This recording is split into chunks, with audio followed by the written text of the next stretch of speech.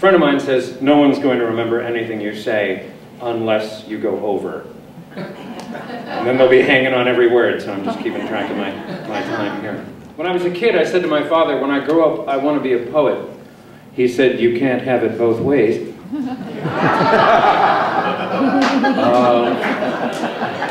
And true enough, I mean, there are drawbacks to making a career of just walking around empathizing with everything. And,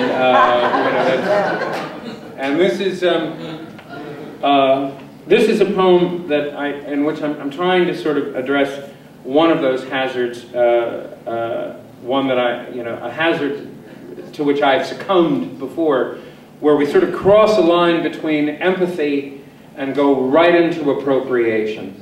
And I'm hoping that, but you're laughing, and this is such a dark poem. Okay, get that out, because I'm about to totally depress you. But I'm hoping that this will speak to that. This is called A Little Black. The children of Juarez have run out of red crayons. There's so much blood in their eyes. The bodies of mules dumped in their schools, hands and heads by the road, blood in pools, blood in stories of blood. Before I know it, I'm planning my own crime, the worst a poet can commit, to steal suffering, call it mine. How vivid, I think, what a strong detail on which to build. I open my computer, the great self-making book of our age, search for more of the story, for the words run out of red crayons. I find children out of red in Pakistan, in Haiti, no red left in Afghanistan, none in Georgia. The children of Sierra Leone have gone through pink to purple. In Myanmar, they're down to brown. I thought I had something to add. I have nothing to add, but a little black, the color of the line, color that consumes all others.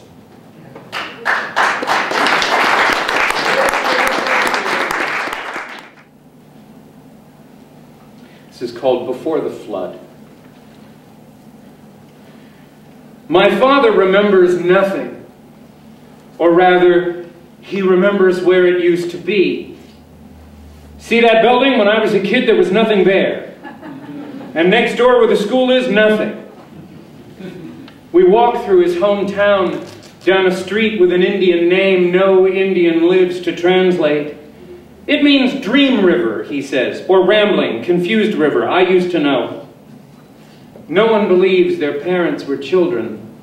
That is, you need more than their word.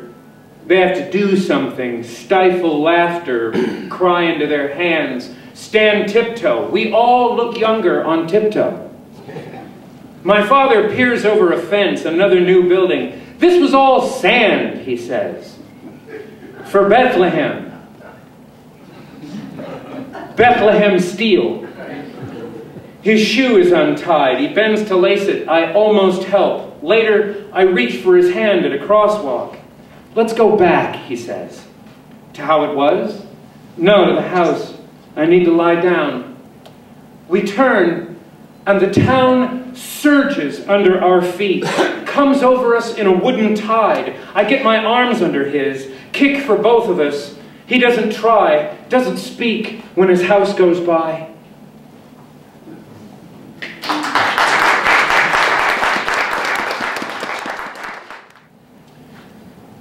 Smiling back. I remember when snowmen came right to our door. Some mornings it looked like a rally. You'd wake up to a couple dozen facing the vague street, brooms and pitchforks raised high, as if they expected some invading army. Back then you could still find emeralds and pine cones. The grocer took them for cases of beer. His smile was like the spine of a leaf. I don't recall smiling back. I may not have had a mouth yet. Now everyone does, and we all sputter like damp coal and carry shovels to bed to protect us from whatever follows us to sleep.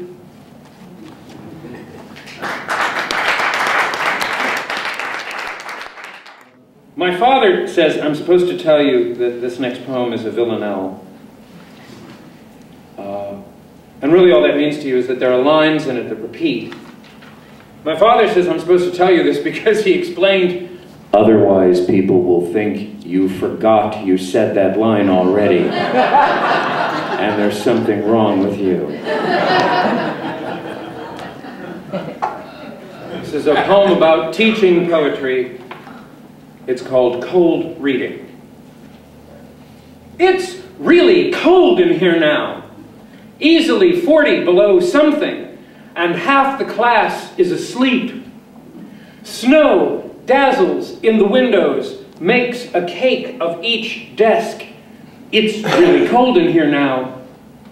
I've been lecturing on the same poem for 26 hours, and half the class is asleep. I want them to get it. I start to talk about death again, and it's really cold in here now. One student has frozen solid, her hair snapping off in the wind, and half the class is asleep. See that, I say? Lisa gets it. But it's so cold in here now, half the class are white dunes shifting to the sea.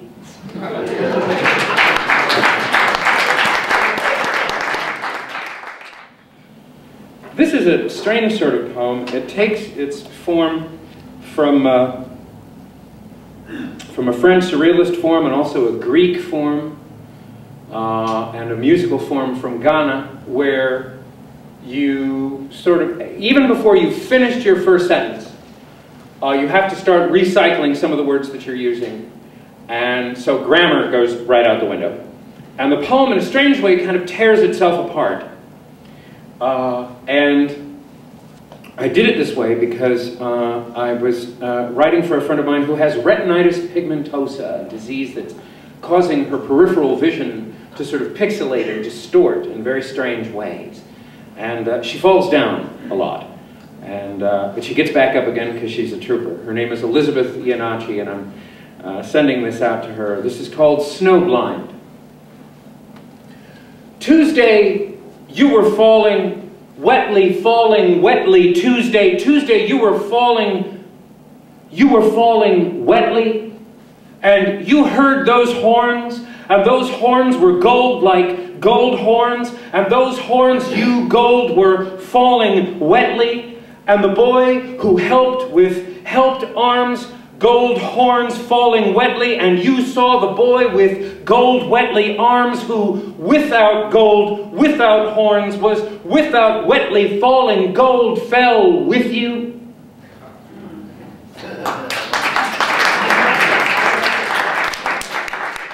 Follow that poem. So here's a poem about speechlessness. And it's about when you've got a lot that you want to say and nothing comes out.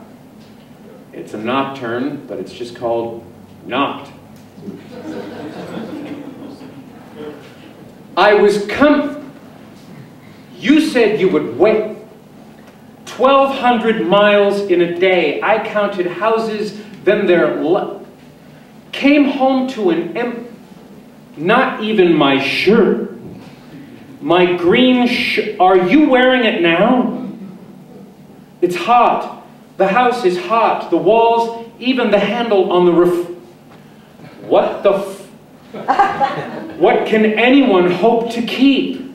If either of us could answer. Oh.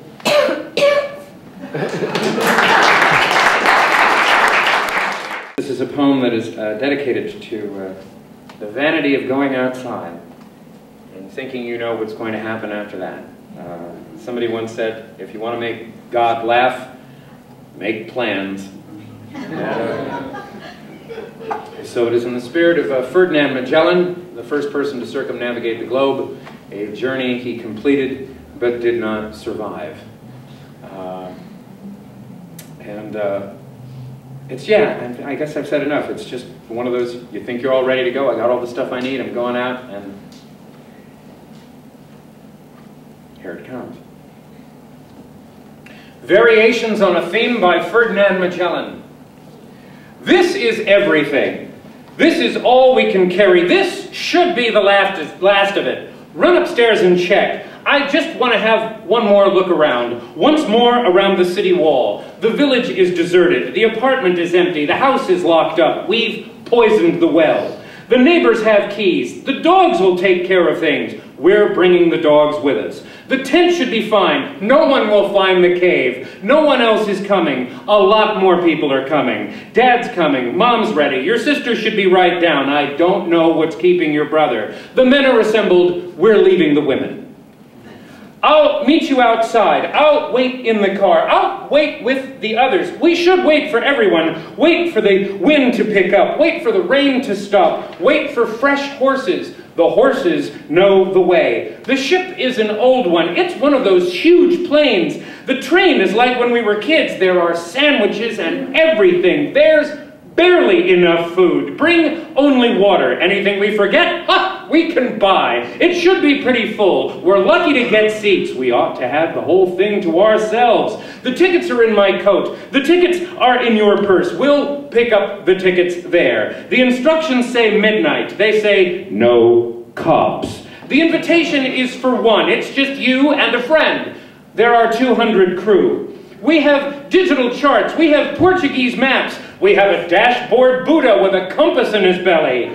There are signs we can follow. Big arrows, bright stars, the moon, it's all lit up. You can't miss it. There should be a big crowd, a line around the block. Look for a mountain. Look for a pile of rocks. Look for the words, "You are here." And here the directions end. Here the page runs out. Here the road just stops. The horses spook. The wings fall off. The river flows back to the jungle. Here, take the wheel. Thank you.